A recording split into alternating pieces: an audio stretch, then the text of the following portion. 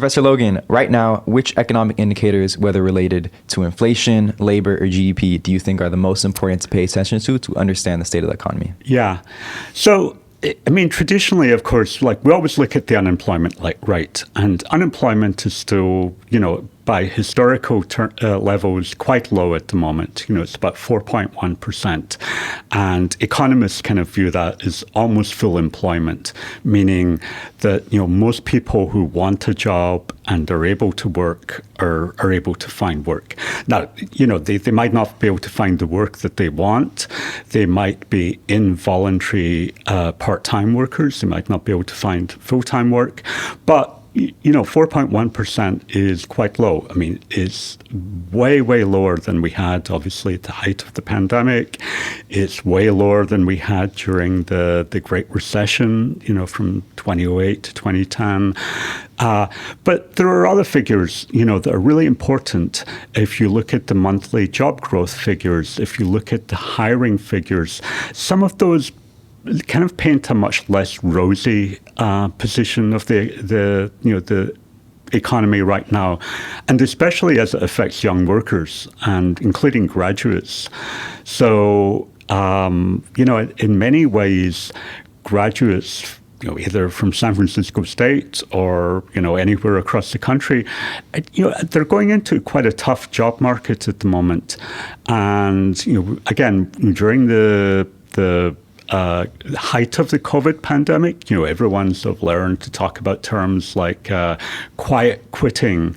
And, it was a time where people could quite easily, if they had mostly low-paid service sector jobs, especially, quit their job and find something else. It may be better, it might be the same, but it was very easy to do that. Now it's much more challenging.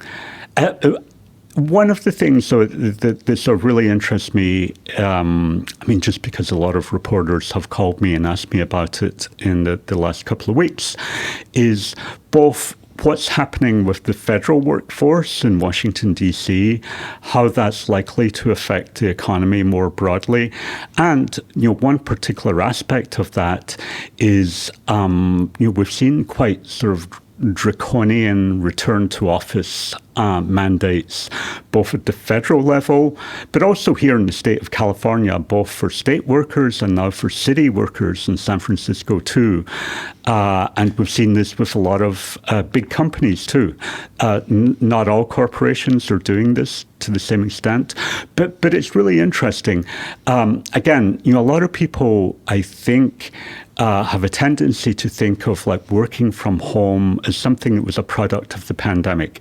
Obviously, 5 years ago, almost exactly, almost overnight, we were all, instead of coming into the office, working, learning how to work Zoom and creating these sort of creative Zoom backgrounds and all of this stuff. And people think, well, the pandemic's maybe not totally over, but, the worst of it is over. We have very effective vaccines. People are not dying or even getting sick. And so, so people should be back in the office. And clearly, this is something that has huge implications, for downtowns like San Francisco and Washington, D.C. The mayors in those cities desperately want workers to return to the city. We've all read story after story about how San Francisco is in this sort of like economic death spiral because, we have so many vacant commercial properties downtown, more than any other large city. And it's because, the story goes, San Francisco bet so heavily in attracting tech firms about 10, 12 years ago, giving them huge tax breaks to locate downtown. And when the pandemic struck, tech firms were amongst the first, to say to workers, you don't have to don't come into the office. You can work from anywhere. And they've been amongst the last to go back.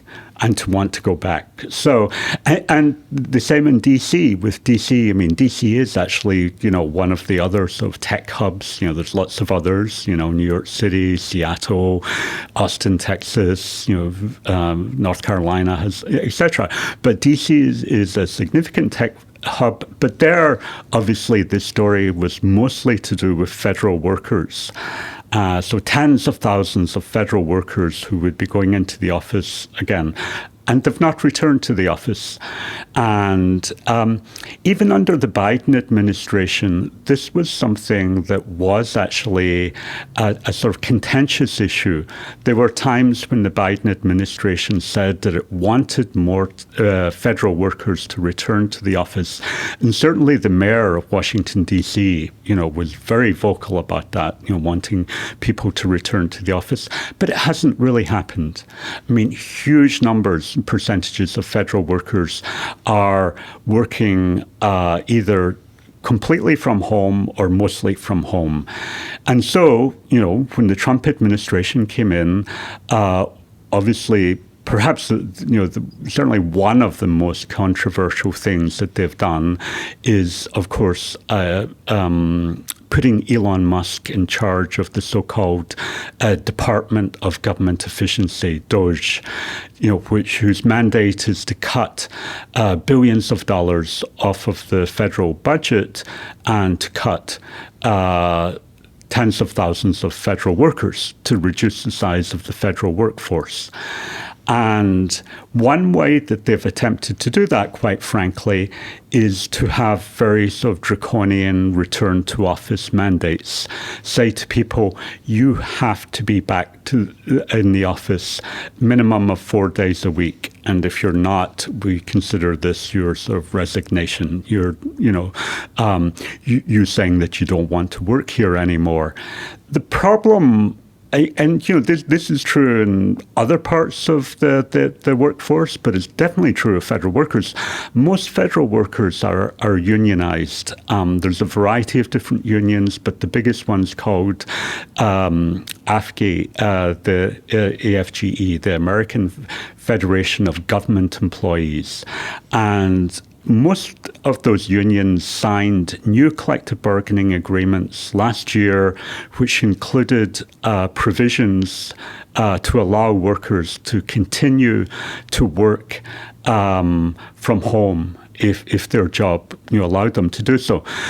And these contracts are legally binding. Well, there obviously seems to be a lot of consequences for work from home mandates. Yeah. What's your sense on which profile / demographic would most benefit? There seems to be some kind of advantage for a young person that may be able to more easily move than, say, a person with a family that's kind of committed to one location, move to a place where there are companies that really want workers to work from home. There's also this other factor of older workers maybe saying, you know what, if they really want me to come to the office, screw that, I'm going to just retire early, and it opens up this senior management position for a younger person to take on. What's your sense on which profile / demographic of worker would most benefit from the work from home mandate trend? Well, I think that women are so disproportionately, just because they bear the burden of child rearing obligations in most cases. I mean, of course, it shouldn't be that way, but that's the reality. That they're the ones who most benefit and are most keen to keep this. And that's obviously a huge pool of talent. I mean, if you impose sort of like, a work culture that is, hostile to what large, to tens of millions of women want from the world of work, you're going to miss out on a huge amount of talent. As you said, with older workers, we saw during the pandemic that millions of baby boomers left the paid workforce, and that was primarily because of COVID concerns. They thought that just commuting to work, going to the office, whatever it might be, is just far more dangerous than it used to be, and this seems like a good time for me to retire. But that has continued. through the flexible work arrangements. If you order them back to work, and I know that there's a lot of age bias in the labor force. It's one of sort of most common forms of discrimination, although one maybe we discussed a little bit less likely than other common forms of discrimination. But you also do lose a lot of talent that way too. It's not true in all occupations, but in many highly skilled occupations, older workers are your most valuable workers. And if you lose them, you're losing an incredible amount of valuable knowledge that goes with it. And then I think with younger workers, there's just the desire to have a sort of different world of work. And we see this in the United States, there's sort of less experimentation around these issues than is true in other countries. But, I'm from Europe originally. Prior to coming to SF State, I taught comparative employment relations at London School of Economics for 10 years. And, flexible work patterns are very, very common in Europe now. We have some countries effectively have 4-day work weeks. We have some countries that have 35-hour work weeks. But we have some countries where part-time work, voluntary part-time work is, far, far higher than it is in the United States. So there's just a lot more flexibility in working arrangements. And again, young people, and especially young people who are starting families, really value that type of flexibility. You mentioned metrics like inflation and unemployment. Yeah. From my perspective, there seems to be a bit of disconnect in the way those metrics are kind of evaluated and used to make save investment decisions. You can take a metric like inflation, say, and maybe in the past couple of years, it's been around 8 to 9%. Mm-hmm. But then you see the price of a Big Mac, and at McDonald's, a place where a lot of low-income people rely on getting food from. Yeah. And, a Big Mac will go up over 100%, maybe even double in price. Mm-hmm. And a lot of the times, if you're just taking that one metric at face value and say it's, 8, 9%, we're a lot better than, many people might say we are. Mm-hmm. A lot of the times it's the low-income labor participants and also people outside of the labor force that feel the burden of that inflation. No, absolutely. Yeah. What's your sense on perhaps different kinds of indicators that may be a bit more reliable in telling a fuller picture of the economic story? Well, that's a really good question. And if you look back, in some ways, your question kind of explains what happened in the 2024 election, because by most traditional economic indicators, Biden did a really good job with the economy, especially when you look at the economy that he inherited, during the COVID pandemic. And, the amount of investment in job training, in infrastructure, in apprenticeships, but the problem is that, as you suggested, people weren't feeling it. A lot of people were not feeling it. What they were feeling, obviously, as we know, particularly inflation really hurts people. The cost of food goes up, the cost of gas goes up, the cost of energy goes up, rents are going up. That's what people really notice in their day-to-day lives. And, the Biden administration kind of said to people, this is temporary, this is because of, and it was true. Many of the explanations they gave were absolutely, why inflation was happening, to do with disruptions in supply chains. Some of it, we're less affected by this, but even the war in Ukraine, a whole bunch of different factors, bird flu contributing to the skyrocketing price of eggs, now people know. But they didn't, I think, take seriously enough how, miserable people were feeling about the economy, because that's what they noticed, and their wages and their pay packets were not keeping up with inflation. And, frankly, again, I study a lot to do with unions and low-wage workers, and we saw this all over California in the last couple of years. If you look at all of the big strikes, and I know people sometimes think of unions and strikes as like it's not a big topic in the United States, but actually in a place like California, we have like 2.6 million union members.